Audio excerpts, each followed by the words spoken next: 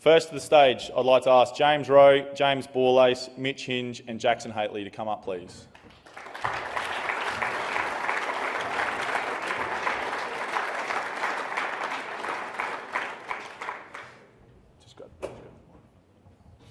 Just as the boys are coming up, I'd just like to also say welcome to our new AFLW players that are unable to be here tonight.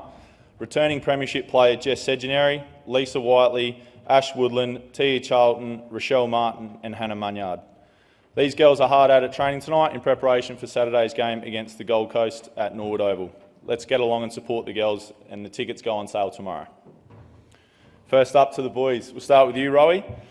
How have you adapted to playing footy full-time, mate, after winning a premiership at the Eagles last year? Yeah, it's been pretty good. Was that... Oh, it's on now. There we are. No, it's been pretty good. All the boys have been very good. All the coaches, I feel like I've fit in pretty well and looking forward to getting into some games. Beautiful. And after you got drafted, obviously a life-changing moment, mate. You didn't get too much sleep the few following nights. Yeah, definitely not the night of. Had a few mates and whatever over, but then after that you get into business. I think we're into the club the Friday, so all good. Beautiful. Hingy, I've seen you've been good at directing traffic and leading at training. Obviously you've come from a team that's having, I guess, a bit of success at the moment. Is that going to be a focus for this year and going forward? Absolutely, I think so. I mean, as a person, you're always looking to develop, obviously on the field, on the field and off the field. So I can see there's an opportunity for me to kind of grow as a leader as well. Obviously coming over from Brisbane and kind of seeing somewhat of a successful side over there. I've just been in a really fortunate position where I've been around some good leaders. So yeah, it's a good opportunity to get around the young and emerging group. That's obviously so exciting at the Crowies now. So yeah. Yeah, obviously, and plenty of opportunity this year in the team. Where do you see yourself hopefully playing this year? I think probably half back at this stage. Yeah, try and get aggressive there and try and kind of use my weapons as a strength, long kick and try and get some damaging play going on. Yeah. Beautiful. James, I guess the obvious question is, mate, you grew up a Port Adelaide supporter. Obviously, the dad is a champion Port Adelaide man. How have you settled into life as a Crow and into the new colours? Yeah, it's been really good. All the boys have accepted me really well, and made everything really easy. All the senior boys, the leadership group have been really good. So yeah. I think the question is you get asked a lot about your dad, but your mum obviously played netball for Australia as well. How is it growing up in a household with such successful parents? Yeah, I'm very fortunate to be able to grow up in a household with parents that have played sport at the elite level, and they've been able to help me progress through my juniors, and now I'm finally where I want to be. So yeah, it's been good. Beautiful. Jacko, previous club mate, you played a bit more on the wing. Hopefully you see you a bit more on the midfield. That's the plan this year. Yeah, definitely. I've been doing a lot of work with the inside mids, obviously Sloaney and Matty Crouch and Lairdy, are some seriously A-grade players. So, I've just been learning off those guys, and I'll keep learning off them, and hopefully add to that midfield going forward. Obviously, me and you, mate, spent a bit of time together last year. You consider yourself a country boy from Gawler. Very much so. You went down to Lucindale with the boys for the fire trip. How was that going down there? And obviously, it was pretty rewarding to be able to spend some time in the community. Yeah, it was good. Obviously, Darcy Fogarty's from down there, and they were going through a bit of a tough time with some fires. And got to go down there with Tex and Sholey and Kieran Strawn. And I think I learned that any trip with Tex is going to be a pretty entertaining trip. So found that out pretty quickly. But it was really rewarding, and it was good for all the locals to meet them and to help them out after a tough time. Thanks very much, boys. I'll ask you guys are able to go back, and we'll get the remaining players up. Give them a clap.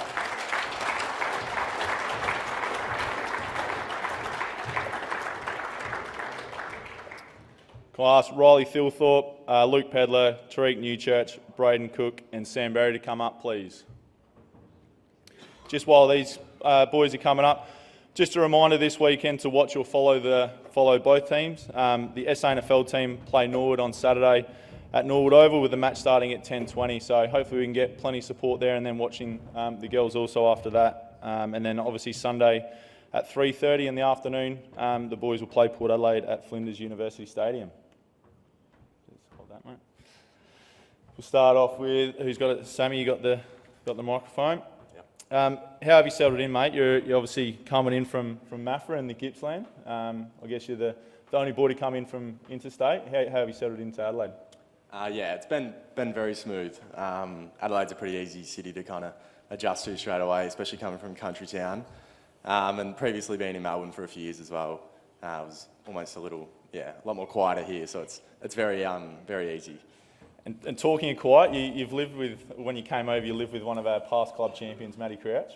Is it true he goes to bed at 7 p.m, sorry? Yeah. He's pretty quick to go to bed. I will say that. Not sure before the sun sets, but it's very early. But he is up early in his defence. So. Beautiful, mate. Peds, I guess you and Sam are becoming known as hard man, mate. You're obviously a country boy from Kingston in South East. Is this something you've always prided your game on?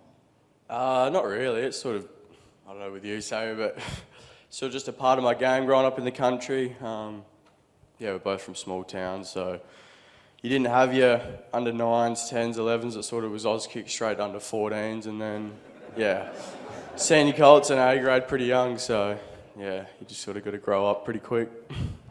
Being a country boy, obviously you play every sport as much as you can. Cricket was obviously one of your sports you were really, really good at as well. Obviously had a bit of a decision there. You obviously chose footy, which I guess everyone agrees is the right decision, but obviously cricket's another passion of yours. Yeah, it was quite hard. I obviously played both pretty young and, grew up playing for Kensington through my juniors and a bit of senior cricket there. And, I thought the decision just come down to I could sort of see myself playing footy and not cricket, but I couldn't really give footy away and just play cricket. So that was sort of where, the decision was made. But, it worked out all right, I guess. We'll see. We're happy to have you, mate. Happy to have you. Tariq, come from North Adelaide, mate. How have you settled into pre-season, enjoying life as an AFL player? Yeah, it's been really good. Training's been really intense. It's a lot different to Samford footy and my local club back in Port Augusta, but a lot of the boys have helped me with structure and game plan, but it's been good. You came through the NGA program, the Next Generation Academy at the club. We've obviously heard lots about it, and there's it's getting a fair bit of coverage at the moment. I guess how important was that for you coming through and enabled you to, I guess, find your path to AFL and land at the Crows? Yeah, it was the academy helped me heap with just getting organised and being prepared for training and games. So that's been good, really helpful. Good, mate. Thank you. Cookie, Braden Cook, another one, mate. Tell us about your rise from Happy Valley to South Adelaide and being drafted in a short space of time. Obviously, it all happened pretty quickly, and obviously very, very happy to have you at the Crows. I was still at Happy Valley in 2019, and I think I played half the season there at under 17s. I got picked up from South. Went out there for the under 17s, then from that to the 18s, and then got dropped for the 18s grand final. Went back, played local, and then that next season just played 18s, and everything went pretty well. So It all obviously happened pretty quickly, but the boys tell me that you had a bit of shoulder problems as well. Obviously, playing footy with resilience is something that, it's obviously a big part of the game as you're going to be challenged physically, and you obviously played a fair bit of footy with a bad shoulder last year and whatnot too. I think going back and looking at it, I'm pretty sure I popped it out the Thursday before round 1 last year, so I played the whole season with the shoulder getting worse and worse. It's obviously pretty tough, mate. Big filthy. How did you settle in on the weekend in your first game? It was nice to see some good marks, and you not finishing work as well with a nice left foot snap. So it was nice to start well at Alberton. Yeah, it was good to get the win. The boys played really well, so it was good first game. All right, a little bit of a story. Can you confirm for us? I was talking to a former captain. He tells me that one night at West Adelaide you forgot your boots, so you ran home from training, got your boots, ran back to training, completed training, as well on the same night. Yeah, well, a little bit unorganised, so I Dad took me into school in the morning, and I left my footy bag in his car, so ended up having to run to his work to then the uni loop to do a 2K, and then training after that. So it was a pretty big night. Good. Thanks very much, boys. We're all really excited to have you on board and can't wait to see you pull on the Crows Guernsey. Cheers.